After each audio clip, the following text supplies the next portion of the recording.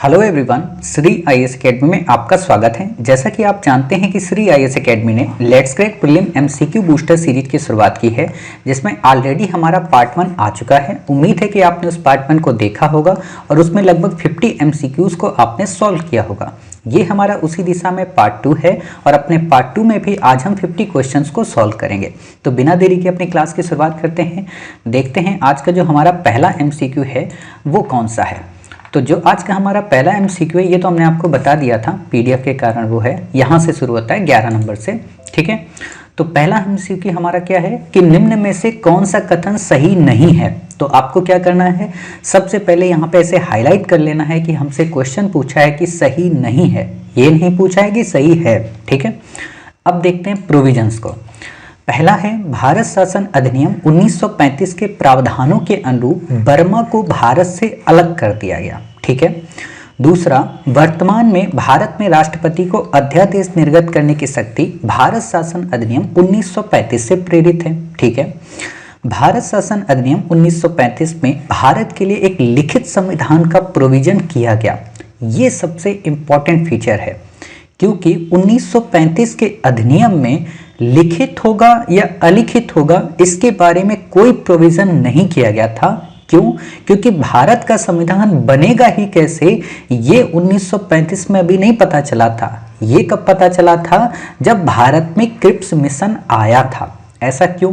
क्योंकि 1935 तक ब्रिटिशर्स को ये थोड़ा ना लगता था कि वो 1947 में देश को आज़ाद करके चले जाएंगे।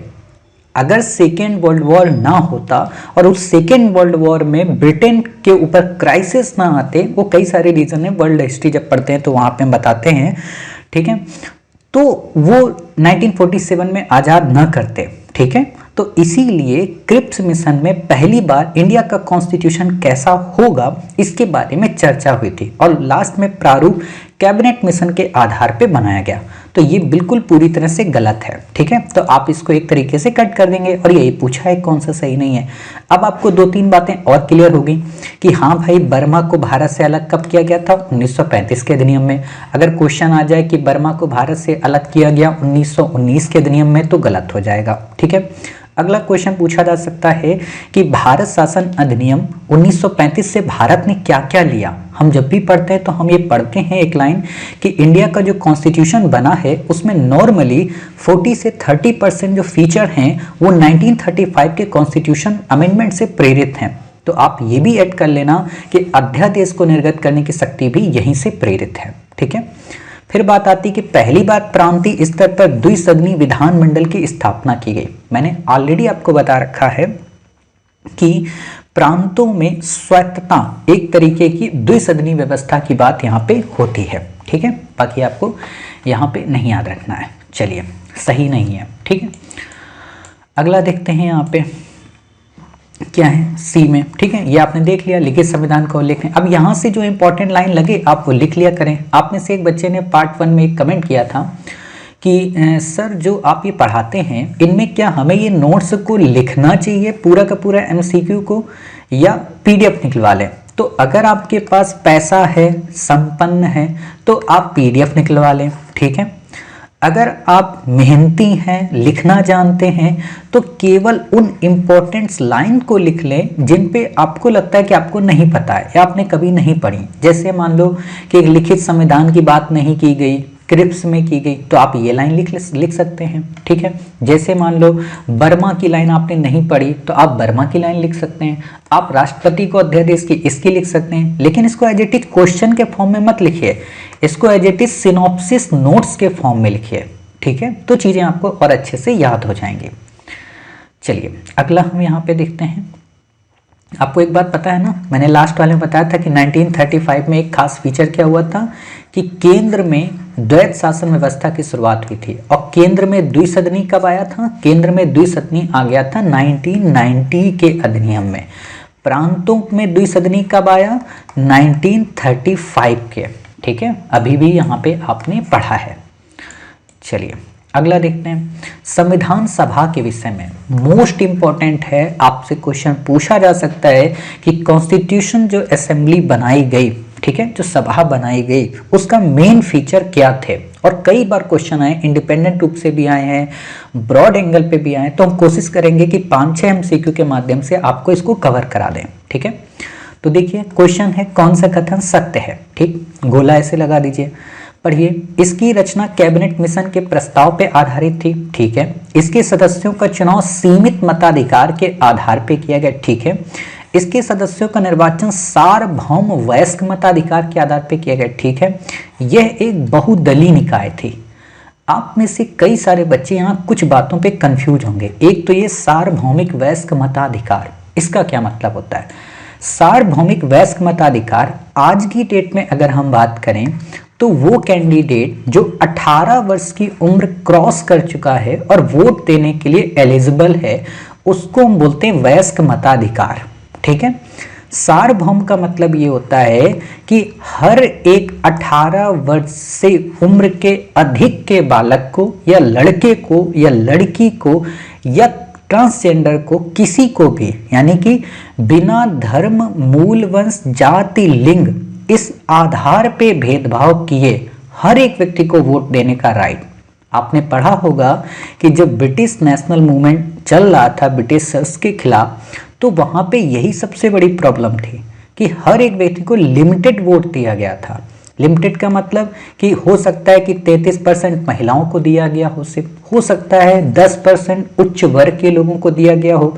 और एक और खास बात आप समझिए कि जब वर्ल्ड का सबसे पहला कॉन्स्टिट्यूशन बना अमेरिका एंड सेकेंड फ्रांस, फिर ब्रिटेन, इन लोगों ने भी कभी भी सार्वभौमिक वयस्क मताधिकार नहीं दिया था कॉन्स्टिट्यूशन बनने के समय।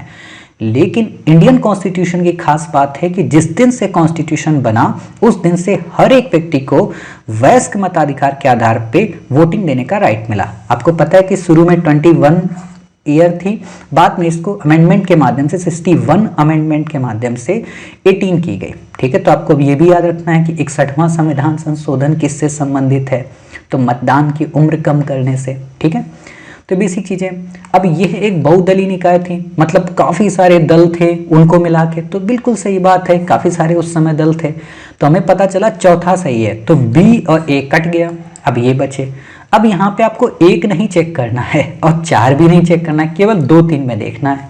तो 2-3 में आप देखिए, सार्वभौमिक वयस्क मताधिकार क्या उस समय अंग्रेजों ने दिया होगा ऐसा कुछ, तो बिल्कुल भी नहीं। ठीक है, तो ये हमारा कट गया, तीसरा हमारा क्या बचा, केवल और केवल सी। ठीक है, तो ये हमारा सी यहाँ पे बच गया। तो ऐसे क्वेश्चन को आपको एलिमिनेट करके सही करना होता है।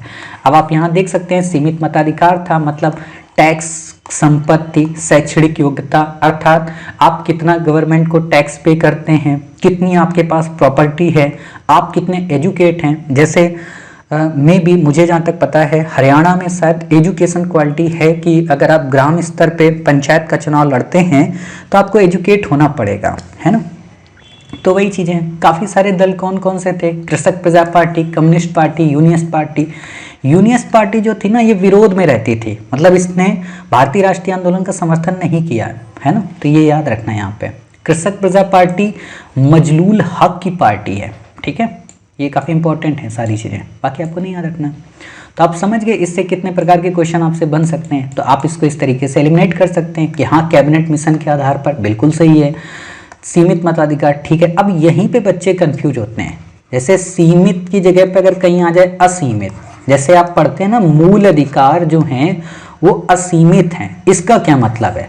असीमित का मतलब ये होता है कि इनका सीमांकन नहीं किया जा सकता, यानी कि अनलिमिटेड है। तो ऐसा नहीं है, हमारे यहाँ मूल अधिकार जो है वो सीमित है, उस पर लिमिट लगाई जाती है। ठीक है, तो ये बेसिक बातें आपको यहाँ पे याद रखना है। अगला है, कौन सा कथन असत्य है। असत्य का मतलब सही नहीं है। ठीक है, अब यहाँ देखिए, संविधान सभा ने अनेक समितियों के माध्यम से कार्य किया। आपने पढ़ा है कि इंडियन कॉन्स्टिट्यूशन जब बना था तो प्रारूप समिति भी थी, झंडे के लिए भी समिति थी, मूल अधिकारों के लिए भी समिति थी, प्रांतों के लिए भी थी, संघ के लिए भी थी, यानी कि बहुत सी थी। तो ये सही है। संविधान सभा के प्रथम अध्यक्ष डॉक्टर राजेंद्र प्रसाद बने थे। यहाँ पे थोड़ा रुक जाइए, उद्देश्य प्रस्ताव पंडित जवाहरलाल नेहरू के द्वारा प्रस्तुत किया गया था, तो बिल्कुल सही बात है।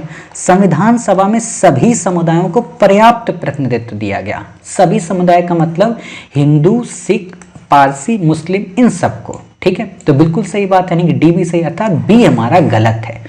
बी क्यों गलत है?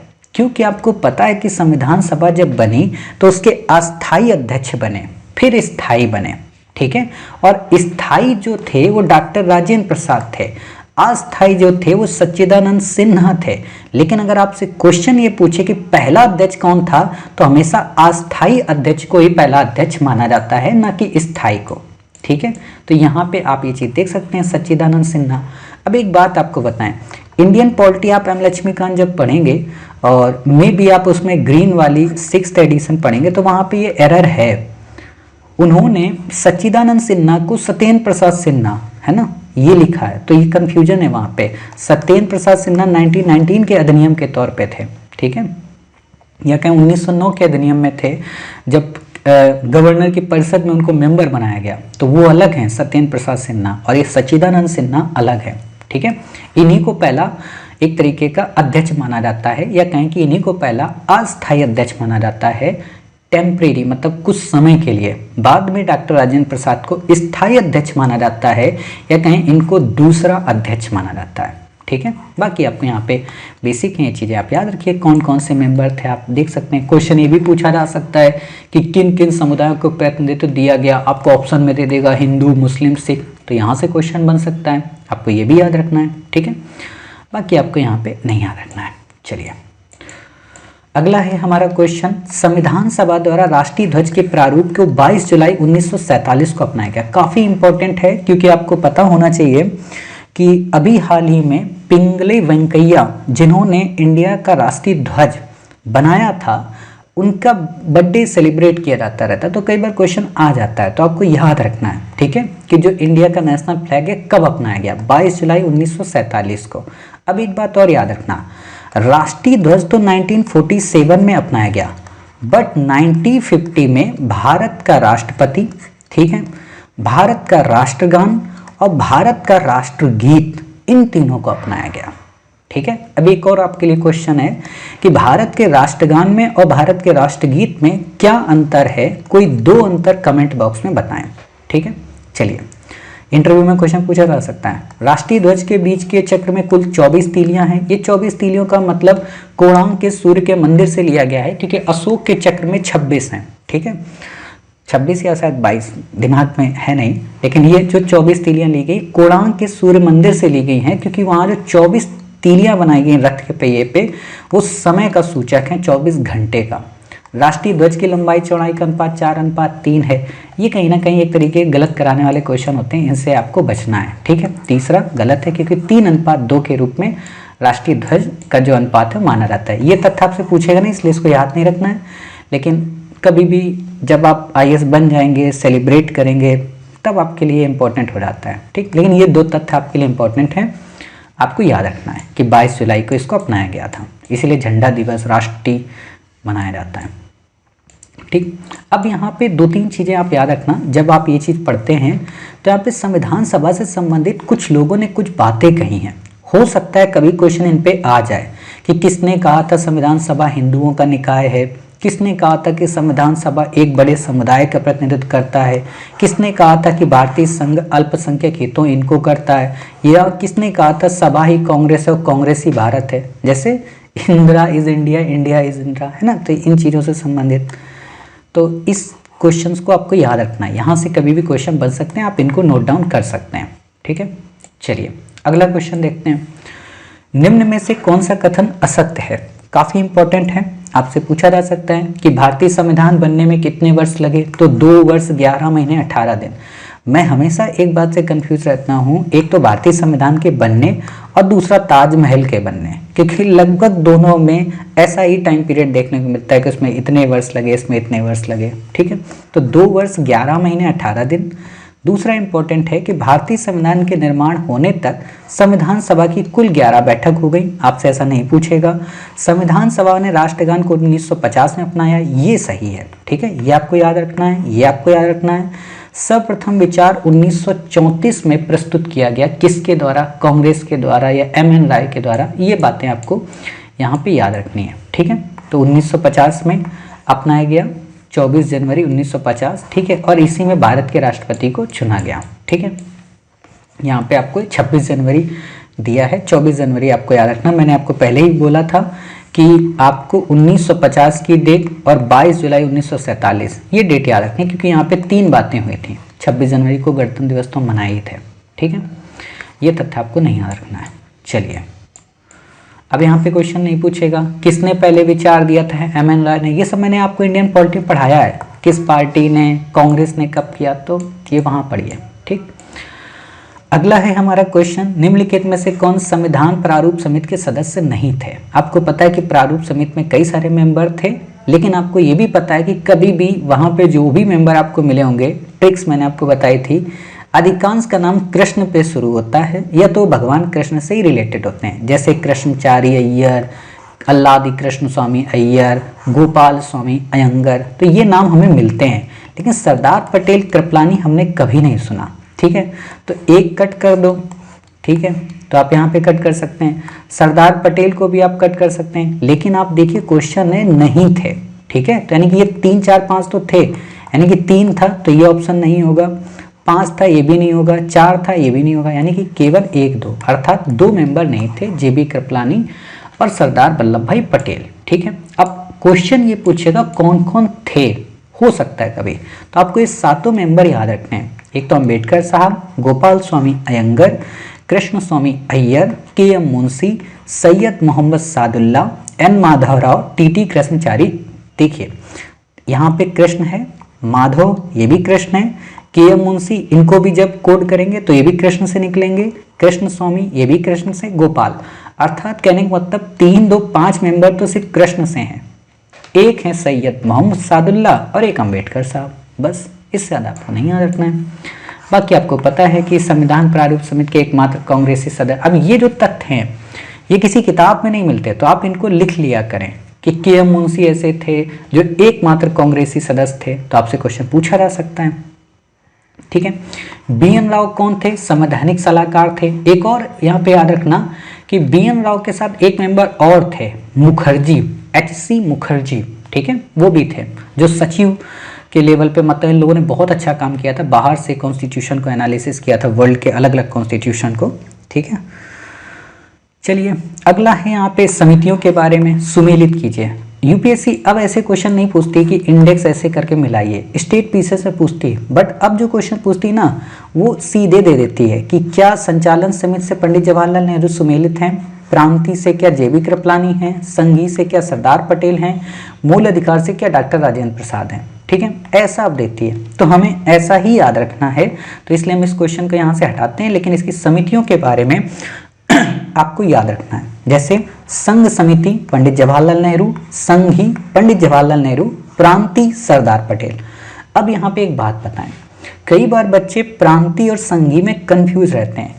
प्रांत का मतलब होता है आज के जो राज्य बने हैं, उस समय जो रियासतें थी 562 उनके हिसाब से, ठीक है।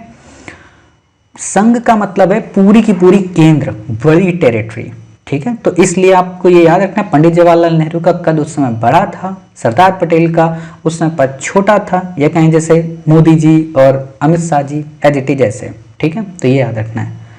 देशी रियासतों से वार्ता के लिए डॉक्टर राजेंद्र प्रसाद, यहाँ पे आपको क्वेश्चन घुमा देगा, क्योंकि आपके दिमाग में रहेगा नहीं भाई पटेल साहब थे, तो ये याद रखनी है आपको।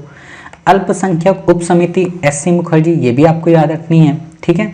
मौलिक अधिकार जे.बी. कृपलानी, ये 4 से 5 समितियां आपको याद रखनी है। प्रक्रिया नियम तो आपको पता ही है कि डॉक्टर राजेंद्र प्रसाद होंगे। बाकी आपको यहाँ पे क्वेश्चन नहीं याद रखना, राष्ट्रध्वज से संबंधित कौन है कौन नहीं है, आपसे नहीं पूछेगा, ठीक है। अब देखिए बहुत ही अच्छा क्वेश्चन है कि भारत एवं अमेरिका के संविधान के विषय में कौन सा प्रावधान एक समान है, मतलब दोनों कॉन्स्टिट्यूशन में कौन सी एक खूबी ऐसी जो इक्वल है। इसका मतलब सिर्फ एक ही होता है जब ऐसे क्वेश्चन आपको मिले, भारत अमेरिका, भारत ब्रिटेन, वो ये कि इंडियन कॉन्स्टिट्यूशन में ऐसा कौन सा फीचर लिया गया है जो अमेरिकन कॉन्स्टिट्यूशन में भी मौजूद है।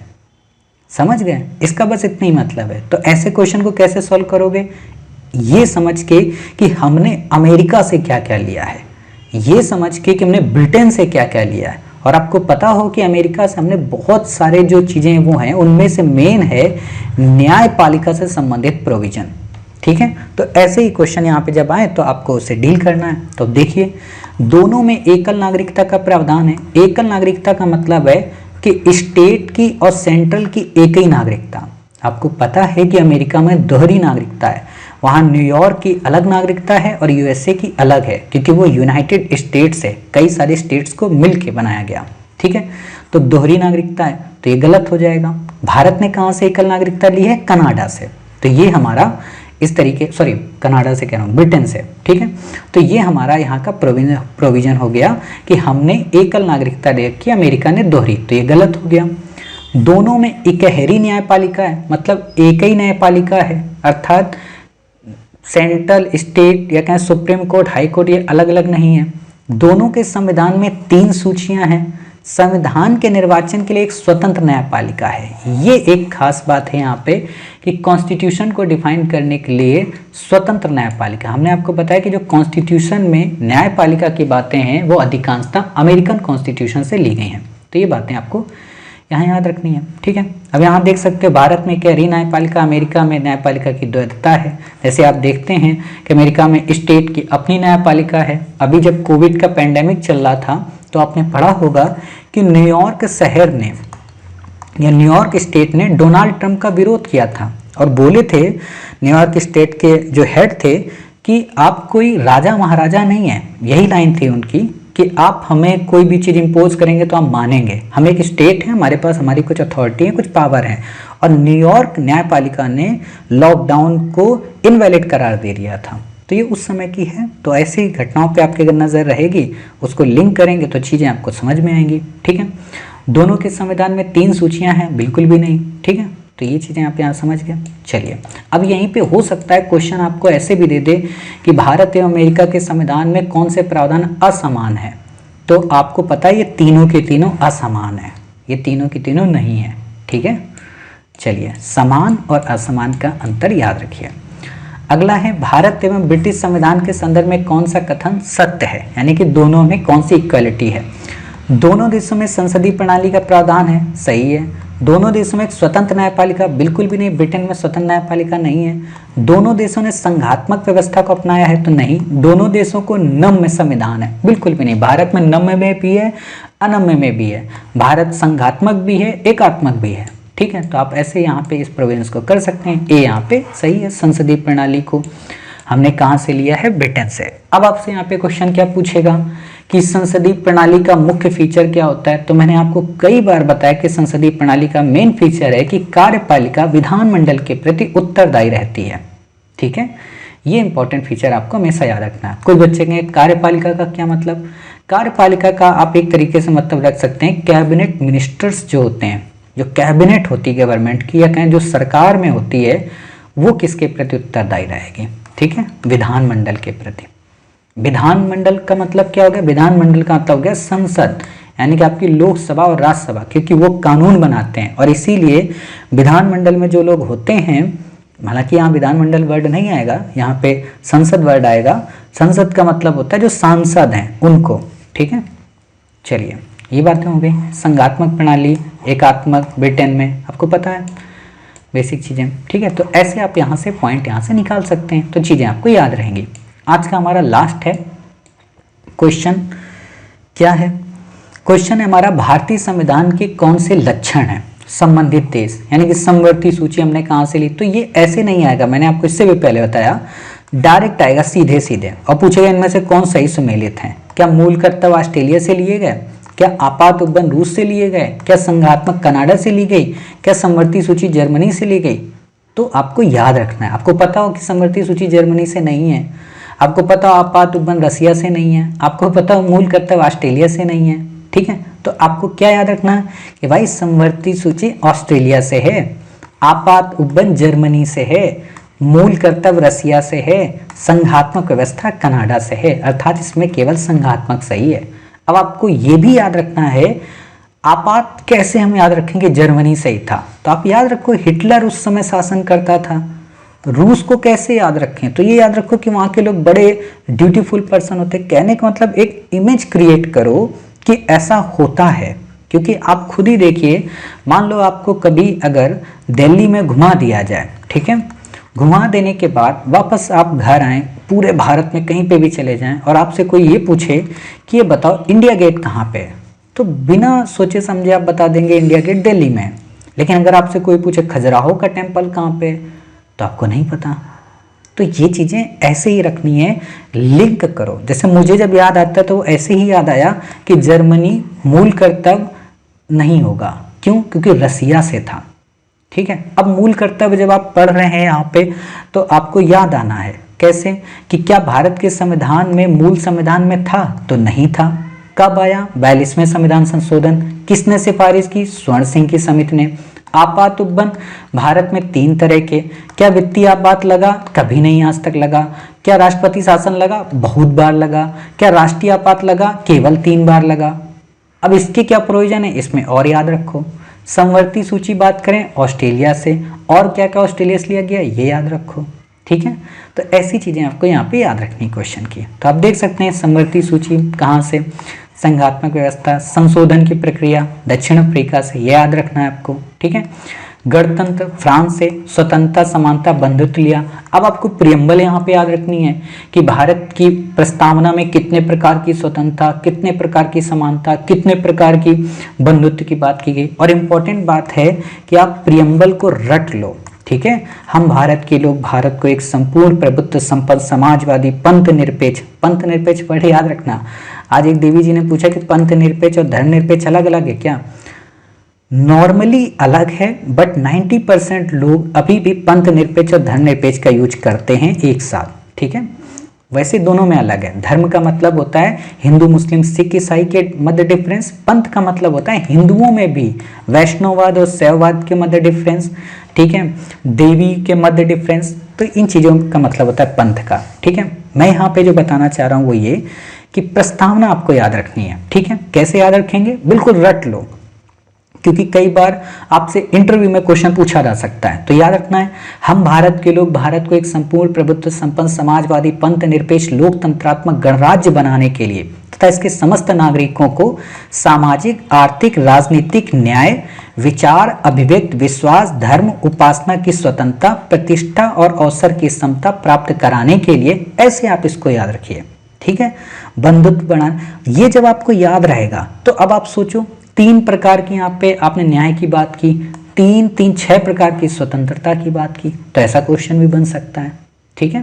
तो ये चीज़ें आपको याद रखनी है। कुछ सोच रहे होंगे कि आप भूल गए क्या प्रस्तावना, तो भाई सुना देते हैं।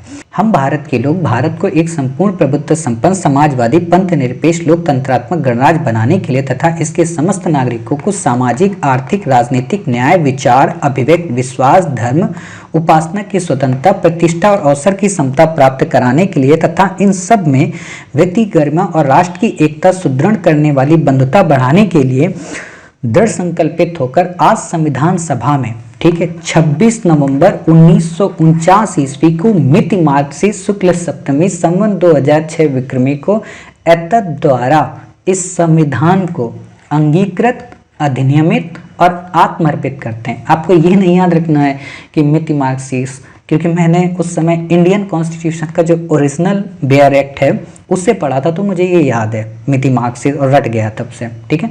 तो आपको ये याद रखना है। कहने का मतलब आप मूल अधिकार याद रखें 1 से लेके आपके 51 तक। आप मूल कर्तव्य 51 तक कह रहा हूं मैं, मेरा मकसद ये था कि आर्टिकल आप याद रखें 1 से लेके 51 तक, और मूल कर्तव्य का आर्टिकल 51 का के 11 आर्टिकल पूरे के पूरे वो याद रखें, क्योंकि कभी भी इनसे क्वेश्चन बनते हैं, ठीक है। कि डीपीएसपी कहाँ से है तो आप बता दें कि 36 से आर्टिकल 51 तक। फंडामेंटल राइट कहाँ से है तो आप बता सकें कि आर्टिकल 12 से लेके 35 तक। आपसे पूछे नागरिकता कहाँ से तो आप बता सकें आर्टिकल 5 से लेके आर्टिकल 11 तक। ये चीज़ें याद रहनी चाहिए, किस पार्ट में है, भाग 1 में कि भाग 2 में कि भाग 3 में, ये मैंने इंडियन पॉलिटी में आपको बताया है। तो वहाँ से इन चीज़ों को याद रखिए, ठीक है। बाकी ये बेसिक फीचर की आप लिस्ट बना लें, सिनॉप्सिस बना लें, वहाँ पे रटें, क्योंकि इनको रटना ही पड़ेगा कि कौन सी चीज़ कहाँ से ली गई, ठीक है। कि विधि का शासन कहाँ से लिया गया, एकल नागरिकता कहाँ से ली गई, है ना। तो आप बता सकते हैं कि चीज़ें यहाँ से ली गई हैं। उद्देशिका कहाँ से ली गई तो आप ये बता सकते हैं, ठीक है। तो आप ये बेसिक चीज़ें देख सकते हैं।